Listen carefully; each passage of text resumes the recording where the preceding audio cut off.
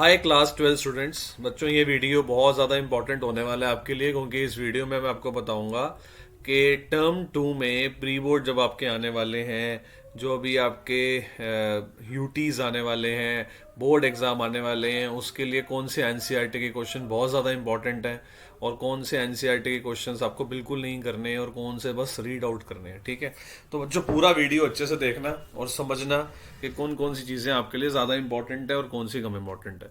बच्चों, ये इलेक्ट्रोकेमिस्ट्री का पूरा सिलेबस साथ लेके चल रहा हूँ ताकि आपका जो है वो अच्छे से हो जाए। बच्चों, ये इलेक्ट्रोकेमिस्ट्री चैप्टर पर मैं आ गया हूँ। आपको इसमें से कौन कौन से क्वेश्चंस, कौन कौन से डेफिनेशंस अच्छे से करनी चाहिए। बच्चों बच्चों देखो, सबसे इंपॉर्टेंट चीज़ जो है ना वो है ये डायग्राम्स। ये डायग्राम्स के ऊपर बहुत ज़्यादा क्वेश्चन अब बनने लग गए हैं बच्चों। ये ABC, ठीक है ना।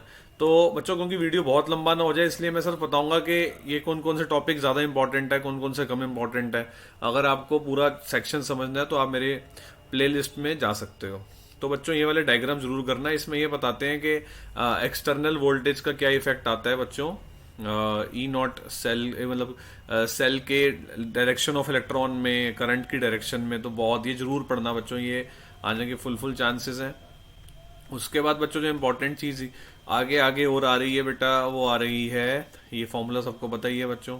राइट माइनस लेफ्ट कह लो या फिर कैथोड माइनस एनोड कह लो। ये ठीक ठाक इम्पोर्टेंट है। इसकी ये कंस्ट्रक्शन जो है ठीक ठाक इम्पोर्टेंट है बच्चों। ये क्योंकि ना ये 11th में भी होता है और 11th में हालांकि डिलीट हुआ है, लेकिन ये आने के चांसेस थोड़े से कम है। ठीक है ना। ये वाला एक कंसेप्चुअल क्वेश्चन जो है बच्चों, ये अच्छा रहता है यहाँ से लेकर यहाँ तक का। इसको जरूर एक थोड़ा सा रीड आउट कर लेना। और उसके बाद बच्चों, ये वाला कंसेप्चुअल क्वेश्चन जो है आ जाता है कि प्लैटिनम इलेक्ट्रोड्स वगैरह क्यों लेते हैं। और उसके बाद ये वाला पैराग्राफ अच्छा इंपॉर्टेंट है। ठीक है ना, तो इस पैराग्राफ को भी अच्छे से कर लेना। उसके बाद बच्चों, ये वाले जो क्वेश्चन है ना, मेरे को कोई खास लगते नहीं है। इनमें से अगर मैं कुछ बोलूँ तो 3.2 ही करना चाहिए आपको। नस्ट इक्वेशन का डेरिवेशन बच्चों ऐसे एग्जाम में नहीं आता है। और ये वाली चीज़ ज़रूर पढ़ना बच्चों। ये जो टेबल के नीचे दे रखी है, टेबल दे रखा है ना सारी ई नोट वैल्यूज़ का, और ये पूरी नस्ट इक्वेशन है। नस्ट इक्वेशन की पूरी डेरिवेशन चल रही है बच्चों। ये वाला है क्वेश्चन जो जिसको मैं बोलूँगा कि मतलब आने के मैक्सिमम चांसेस हैं, आने के मैक्सिमम चांसेस हैं। ये मतलब मस्ट कम है। ये मैं बच्चों इसमें रखूँगा। इसको बहुत अच्छे से अपनी कॉपी में लिख लेना, 100 क्वेश्चन की कॉपी बना लेना।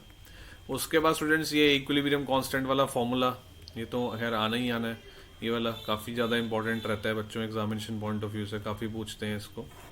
और उसके अलावा अगर हम देखें तो ये वाले जो सॉल्ट एग्जांपल है ना, ये बहुत ज़्यादा इंपॉर्टेंट रहे हैं हमेशा। ये वाला formula delta G equal to minus N F E naught cell, इस पर तो हमेशा ही क्वेश्चन आता है। जैसे कि ये वाला जो क्वेश्चन है बहुत बार एग्जाम में आ चुका है बच्चों। ये वाला जो पीएच वाला क्वेश्चन है ना, ये तभी आता है जब पेपर टफ हो।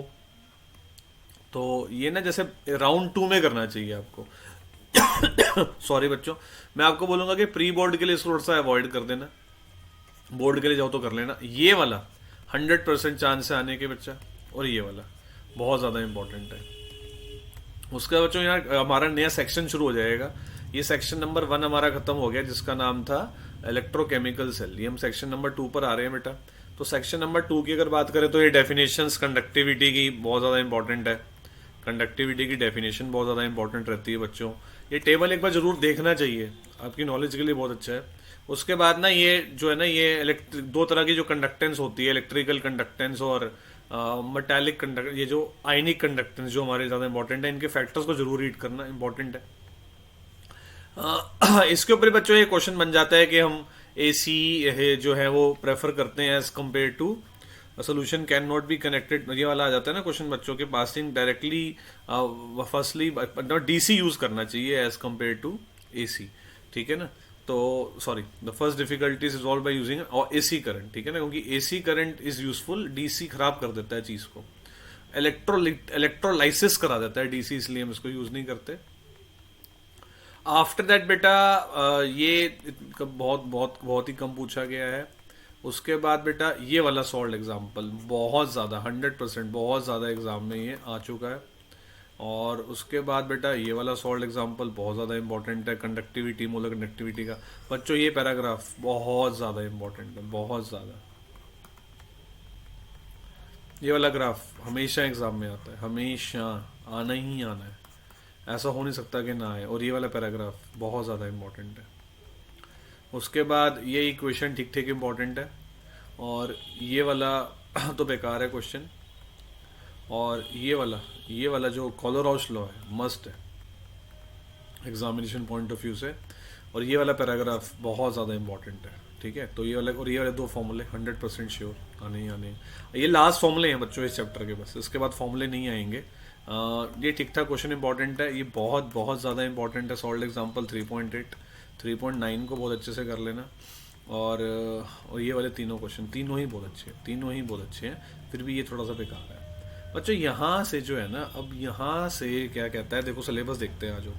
तो सिलेबस क्या कह रहा है, देखो अभी तक जो मैंने आपको इंपॉर्टेंट लगा दिया ना, वो यहाँ तक का लगा दिया मैंने, यहाँ तक का। सिलेबस कहता है इलेक्ट्रोलाइसिस को बस रीड आउट करना है, मतलब इलेक्ट्रोलाइसिस में काफ़ी कुछ आता है। तो मैं आपको एक बारी बता देता हूँ कि इलेक्ट्रोलाइसिस के आगे तो नहीं आएगा सिलेबस के अंदर। ये देखो आप, तो इलेक्ट्रोलाइसिस यहाँ पर अगर हम बात करें, हाँ, तो ये देखो ये है इलेक्ट्रोलाइटिक सेल एंड इलेक्ट्रोलाइसिस, ठीक है ना। तो यहाँ से बच्चों जो ये सेक्शन है ना, ये पूरा का पूरा जो सेक्शन है यहाँ से शुरू होता है। इलेक्ट्रोलाइसिस का सेक्शन करना है, इलेक्ट्रोलाइटिक सेल नहीं हमें करने हैं। तो इलेक्ट्रोलाइसिस की अगर बात करूँ तो ये टॉपिक प्रोडक्ट्स ऑफ इलेक्ट्रोलाइसिस ये थोड़ा सा इम्पोर्टेंट है। इसके बाद प्रोडक्ट्स ऑफ इलेक्ट्रोलाइसिस, और उसके अलावा बैटरीज का सेक्शन डिलीटेड और कोर्जन का सेक्शन भी डिलीटेड, ठीक है ना। तो बच्चों आई थिंक ये आपको करने चाहिए। अब चलता हूँ बैक एक्सरसाइज पर, और बैक एक्सरसाइज पर अगर हम बात करें तो बैक एक्सरसाइज में हमारे पास आता है, ये सब कट चुका है, कोरोजन वगैरह ये सब डिलीटेड है। तो बैक एक्सरसाइज में अगर बात करें बच्चों, तो सबसे इंपॉर्टेंट क्वेश्चन जो मैं मानता हूँ वो मानता हूँ ये सबसे इंपॉर्टेंट तो देखो फिफ्थ है। अगर मोस्ट इंपॉर्टेंट पूछोगे तो फिफ्थ है, और फोर्थ है, थर्ड भी ठीक है, सेकंड भी बहुत बार आया हुआ है, फर्स्ट तो आना ही चाहिए। ये पहले पांच, सिक्स बहुत इंपॉर्टेंट है, सेवन्थ एट्थ नाइन्थ ये सारे अच्छे हैं, बहुत अच्छे हैं। टेंथ बेकार है, इलेवंथ बहुत बहुत ज़्यादा इंपॉर्टेंट है बच्चों। ये वाला जो चीज़ है ये डिलीटेड है, फिर भी मैं एक बार इसको और 100% कन्फर्म कर लूँगा। अगर नहीं हुआ तो मैं आपको ज़रूर इसके बारे में बता दूंगा। और ये वाला क्वेश्चन ठीक है, ये वाला है प्रोडक्ट्स ऑफ इलेक्ट्रोलाइसिस के ऊपर। तो बच्चों ये हमारा खत्म हो गया इलेक्ट्रोकेमिस्ट्री। नेक्स्ट चैप्टर शुरू होता है बेटा काइनेटिक्स। तो काइनेटिक्स की अगर बात करूंगा बेटा, तो काइनेटिक्स में सबसे पहले सिलेबस की तरफ चलते हैं। देखो बच्चों ये काइनेटिक्स का सिलेबस है, साथ साथ इसको मैं आपको ज़्यादा जाता हूँ। तो काइनेटिक्स की अगर बात करें तो काइनेटिक्स में सबसे पहले डेफिनेशन, काइनेटिक्स की तो खैर ऐसे नहीं पूछेंगे कभी भी। यहाँ से बच्चों चैप्टर जो है ना वो एक्चुअली में शुरू होता है, यहाँ से रेट्स ऑफ केमिकल रिएक्शन में। तो ये ना रेट ऑफ रिएक्शन की डेफिनेशन है, ये अच्छे से आनी चाहिए। तो उसके बाद बेटा ये ना फॉर्मूला है रेट ऑफ रिएक्शन का, ये जरूर अच्छे से आना चाहिए। ग्राफ इस चैप्टर के बहुत ज़्यादा इंपॉर्टेंट होते हैं, ये सॉल्व एग्जाम्पल बेकार है। उसके बाद बच्चों आगे की बात करें तो ये हमारे पास है आगे ये वाला बहुत ज़्यादा इंपॉर्टेंट है, और उसके अलावा ये वाला सॉल्व एग्जाम्पल मस्ट कम है। ये दोनों इन टेक्स्ट क्वेश्चन भी बहुत अच्छे हैं। इसका जो सारा सारा ही इंपॉर्टेंट है। ये ऑर्डर ऑफ रिएक्शन तो बस पूछो ही मत, ऑर्डर रेट लॉ एक्सप्रेशन की डेफिनेशन, ऑर्डर ऑफ रिएक्शन, यही चैप्टर की बच्चों जान है, ठीक है ना। ऑर्डर ऑफ रिएक्शन की डेफिनेशन और ये सारे सॉल्व एग्जाम्पल, ये रिलेटिवली छोटा चैप्टर है। ये डेफिनेशंस बहुत ज़्यादा इंपॉर्टेंट है कॉम्प्लेक्स और एलिमेंट्री रिएक्शंस की। ये वाला table unit of rate constant का, इसके बिना आपको चैप्टर समझ में नहीं आएगा। ये क्वेश्चन भी ठीक इंपॉर्टेंट है। मॉलिक्यूलैरिटी और ऑर्डर का डिफरेंस बहुत ज़्यादा एग्जाम में आता है बेटा। उसके बाद है ये वाला कंसेप्चुअल, ये वाले एग्जाम्पल ज़रूर करना बेटा, ये वाले एग्जाम्पल्स ज़रूर करना, ठीक है ना, मॉलिक्यूलैरिटी के। फिर उसके बाद ये वाला पैराग्राफ तो बहुत ही ज़्यादा इंपॉर्टेंट है, मैकेनिज्म, रेट डिटरमाइनिंग स्टेप, और ये difference between order and molecularity, difference between order and molecularity बहुत ज़्यादा इंपॉर्टेंट है, difference between order and molecularity, ठीक है, मस्ट कम चीज़ है। उसके बाद है बच्चों ये वाले सॉल्व एग्जांपल, और ये इंटीग्रेटेड रेट इक्वेशन पे ही क्वेश्चन हर साल आता है। डेरिवेशन आ सकता है, ये जीरो ऑर्डर का है जो भी हम देख रहे हैं, ये जीरो ऑर्डर का हमारा फॉर्मूला है। और ये वाला जो ग्राफ है ना सच में बहुत इंपॉर्टेंट है। जीरो ऑर्डर का एक एग्जांपल जरूर याद रखना, ये अमोनिया का है, अमोनिया का डीकम्पोजिशन। और उसके अलावा फर्स्ट ऑर्डर का डेरिवेशन और ज़्यादा इंपॉर्टेंट है, थोड़ा सा ये एक स्टेप टफ ही है जीरो ऑर्डर के कंपैरिजन में। और ये इसका जो फॉर्मूला है बच्चों, ये बच्चों बहुत ज़्यादा एग्जाम में आता है। और ये जो बात कर रहे हैं ना स्लोप की, ये भी बहुत ज़्यादा इंपॉर्टेंट है। उसके बाद बेटा ये ग्राफ्स बहुत ज़्यादा इंपॉर्टेंट है, 100% एग्ज़ाम में आते हैं। ये वाला सॉल्व एग्जाम्पल अगेन बहुत ज़्यादा इंपॉर्टेंट है।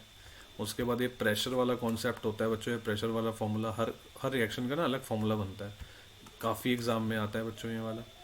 और उसके बाद हाफ लाइफ आना ही आना है, ऐसा कभी हो नहीं सकता। ज़ीरो ऑर्डर का ये है और फर्स्ट ऑर्डर का ये है, आना ही आना है। उसके बाद ये वाले सॉल्व एग्जाम्पल 100% श्योर, ये वाला तो पर्टिकुलरली ये वाला बहुत ही ज़्यादा इंपॉर्टेंट है, बहुत ही ज़्यादा इंपॉर्टेंट है बच्चों ये वाला सॉल्व एग्जाम्पल। उसके बाद बेटा सॉरी, ये सूडो फर्स्ट रिएक्शन भी ज़रूर कर लेना। ये दोनों क्वेश्चन भी यहाँ से बच्चों डिलीटेड है। आप एक बार देखो सिलेबस को, देखो बच्चों मेरे साथ जरा, देखो क्या कह रहे हैं, देखो यहाँ तक देखो, हाफ लाइफ तक, उसके बाद कुछ नहीं करना, ठीक है ना। तो ये चीज़ क्लियर होती है कि ये चीज़ हमें जो है वो नहीं करनी है, आगे कुछ नहीं करना, आगे का कुछ भी नहीं करना, आगे का सब डिलीटेड है सब डिलीटेड है आगे। तो इसलिए बैक एक्सरसाइज पे जा रहा हूँ सीधा। बैक एक्सरसाइज में अगर हम आते हैं तो बैक एक्सरसाइज में ये सारे क्वेश्चन अच्छे हैं, ज़रूर करने चाहिए, कोई छोड़ने वाला है ही नहीं, सारे ही क्वेश्चन बहुत अच्छे हैं, कोई छोड़ने वाला नहीं है इसके अंदर, सारे 7 रिलेटेड है, 7 रिलेटेड है। 8 बहुत इंपॉर्टेंट है बच्चे, 8 मतलब 9 सबसे ज़्यादा इंपॉर्टेंट है, 8 भी अच्छा है। और उसके अलावा 10th 11th ये इनिशियल डेट के ऊपर है, बहुत अच्छे हैं। और ये 11th बहुत ज़्यादा इंपॉर्टेंट है। उसके बाद है बेटा ये 13 ठीक ठीक है, 13 14, ये 15 बेकार है। और उसके बाद 16 17 18 19 20 परफेक्ट है, बहुत बढ़िया बहुत बढ़िया। 21 बहुत अच्छा है, 22 डिलीटेड है, 23 डिलीटेड है, 24 करना है, 25 डिलीट 25 भी करना है, 26 डिलीटेड है, ये सारे डिलीटेड है। अब चलते हैं बच्चों, जो नेक्स्ट चैप्टर हमारा आ रहा है जो कि है बच्चों सरफेस केमिस्ट्री, ठीक है ना।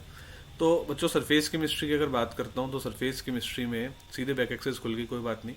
तो पहले बैक एक्सरसाइज के ही इंपॉर्टेंट लगा देता हूँ, पूरा थ्योरेटिकल चैप्टर है, इसमें से कैटलिस्ट वाला टॉपिक जो है ना बच्चों वो डिलीटेड है। तो इसमें जो डिलीटेड है वो आपको बता देता हूँ, जो आपको नहीं करना वो है बच्चों ये 13 क्वेश्चन डिलीटेड है। उसके बाद बेटा ये जो है वो ये 19th क्वेश्चन, पूरा कैटलिस्ट वाला जो टॉपिक है ना, ये पूरा का पूरा जो है वो डिलीटेड है। इसके अलावा आपको करने चाहिए। और सबसे इम्पोर्टेंट अगर मेरे से पूछोगे तो मैं बोलता हूँ 15th को और 14th को और 11th और 12th को, जो हमेशा एग्ज़ाम में आए ही आए हैं, और खास 10th भी लूँगा। ये 8th बहुत अच्छा है, 7th भी डिलीटेड ही समझो, और 6th भी बेकार सही है। तो ये सारे क्वेश्चन तो बाकी के सारे अच्छे हैं, बहुत अच्छे हैं। तो ये सॉल्व हमारी सीधी वो खुल गई थी। लेकिन एक बार बुक में ले चलता हूँ आपको, चैप्टर पे ले चलता हूँ बच्चों, आपको अंदर अंदर से भी बता देता हूँ कि क्या क्या आपको करना है, क्या क्या नहीं करना। इस चैप्टर में बच्चों सबसे इंपॉर्टेंट होता है एड्सॉर्प्शन की डेफिनेशन और एड्सॉर्प्शन और एब्सॉर्प्शन का डिफरेंस, ठीक है ना, ये ठीक ठीक है। डिसऑप्शन इंपॉर्टेंट है। उसके बाद बेटा ये वाला एड्सॉर्प्शन एब्सॉर्प्शन का डिफरेंस बहुत एग्जाम में आता है। ये मैकेनिज्म जो है वो ठीक है, कर लेना चाहिए हमें एक बार। इसकी मेरी एक 1 शॉट वीडियो जरूर देखना बच्चों, एड्सॉर्प्शन के ऊपर बहुत अच्छे से बनी हुई है। टाइप्स ऑफ एड्सॉर्प्शन में बच्चों फिजिक्स ऑप्शन केमिस ऑप्शन का एक पूरा डिफरेंस है, ये वाला पैराग्राफ बहुत इंपॉर्टेंट है फैक्टर्स अफेक्टिंग एड्सॉर्प्शन में, और पूरी एक शॉर्ट वीडियो बना रखी है। उसके बाद बेटा फिजिक्स ऑप्शन केमिस ऑप्शन का डिफरेंस बहुत ही ज़्यादा इंपॉर्टेंट है, सिमिलैरिटी भी है इसमें, डिफरेंसेस भी हैं। और ये वाला ग्राफ फ्रिंडलोविच एड्सॉर्प्शन आइसोथर्म पर्टिकुलरली बहुत ज़्यादा इंपॉर्टेंट है। और उसके अलावा ये एक बार रीड आउट करने वाला होता है एप्लीकेशन ऑफ एड्सॉर्प्शन, ये रीड आउट ही करना होता है, इसमें कुछ ज़्यादा ऐसे मतलब जैसे 1-2 एप्लीकेशन शायद पूछ लें कभी। ये तीनों क्वेश्चन बहुत ही ज़्यादा इंपॉर्टेंट है। यहाँ से भाई ये बच्चों डिलीटेड है पूरा का पूरा ना, कैटलिस्ट वाला सेक्शन आप इधर देखो मेरे साथ, लेटेस्ट सिलेबस में चलते हैं एक बारी और देखते हैं कि सरफेस केमिस्ट्री देख रहे हो ना, ये देखो यहाँ तक देखो, ये एड्सॉर्प्शन फैक्टर अफेक्टिंग एड्सॉर्प्शन तक एप्लीकेशन का टॉपिक भी डिलीटेड है, तो उसे भी करने की आपको ज़रूरत नहीं है। एप्लीकेशन ऑफ एड्सॉर्प्शन जो मैं आपको बता रहा था वो भी डिलीटेड ही है, तो फैक्टर्स अफेक्टिंग एड्सॉर्प्शन में सारा आ जाता है। कोलोइडल, उसके बाद देखो कैटलिस्ट का टॉपिक बिल्कुल पूरा खत्म है, और कोलोइडल ऑलमोस्ट पूरा करना है हमने। अब देखो इधर देखो, तो ये यहाँ से ही सारा डिलीटेड है, कैटलिस्ट वाला सारा डिलीटेड है, इसे बिल्कुल नहीं करने की ज़रूरत, सब डिलीटेड है। एंजाइम वाला टॉपिक ये सब डिलीटेड है।